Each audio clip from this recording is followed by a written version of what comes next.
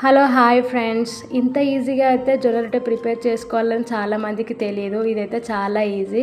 So మనమైతే ప్రాసెస్లోకి వెళ్ళిపోదాం ఫ్రెండ్స్. ముందుగా ఒక గిన్నెలో వాటర్ తీసుకొని దాంట్లో కొద్దిగా సాల్ట్ వేసి వాటర్ వేడి చేసుకోవాలి. వాటర్ వేడెక్కేలోపు ఒక గిన్నెలో కొద్దిగా గోధుమ పిండి, కొద్దిగా జొన్న పిండి తీసి కలుపుకోవాలి. రెండు బాగా కలిసిన తర్వాత వేడైన వాటర్ దాంట్లో వేసి పిండి అనేది మెత్తగా కలుపుకోవాలండి. నేను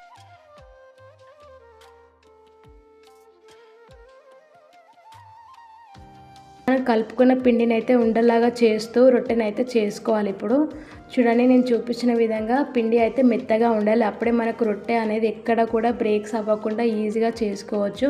నేనైతే చేతితోనే రొట్టె అనేది ప్రిపేర్ చేశానండి. చాలా ఈజీగా చేసుకోవచ్చు. చూడండి, మనం ట్రై చేస్తూ ఉంటే రొట్టె అనేది చాలా ఈజీగా వస్తుంది. సో ఇలా కొట్టుకోవాలి రొట్టెనైతే. జొన్న రొట్టె కాల్చుకోవాలంటే ముందుగా అయితే ప్యాన్ వేడిగా ఉండాలి. అప్పుడే రొట్టె అనేది చాలా ఈజీగా కాలుతుంది అనమాట.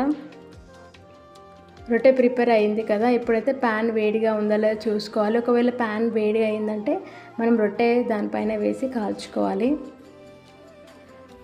సో ప్యాన్ వేడెక్కిన తర్వాత రొట్టెనైతే కాల్చుకోవాలి. ఒక సైడ్ బాగా కాలిన తర్వాత పైననైతే వాటర్ వేస్తున్నాను. వాటర్ వేసి మంచిగా తడుపుకోవాలి. ఎందుకంటే ఇంకొక సైడ్ కూడా డ్రై అవ్వకుండా ఉంటుంది కదా. సో అలా వేసి 2 సైడ్స్ మంచిగా కాల్చుకోవాలండి. అంతే, జొన్న రొట్టె చాలా ఈజీగా తయారైపోతుంది. మనం ఏ కర్రీతోనైనా సర్వ్ చేసుకోవచ్చు.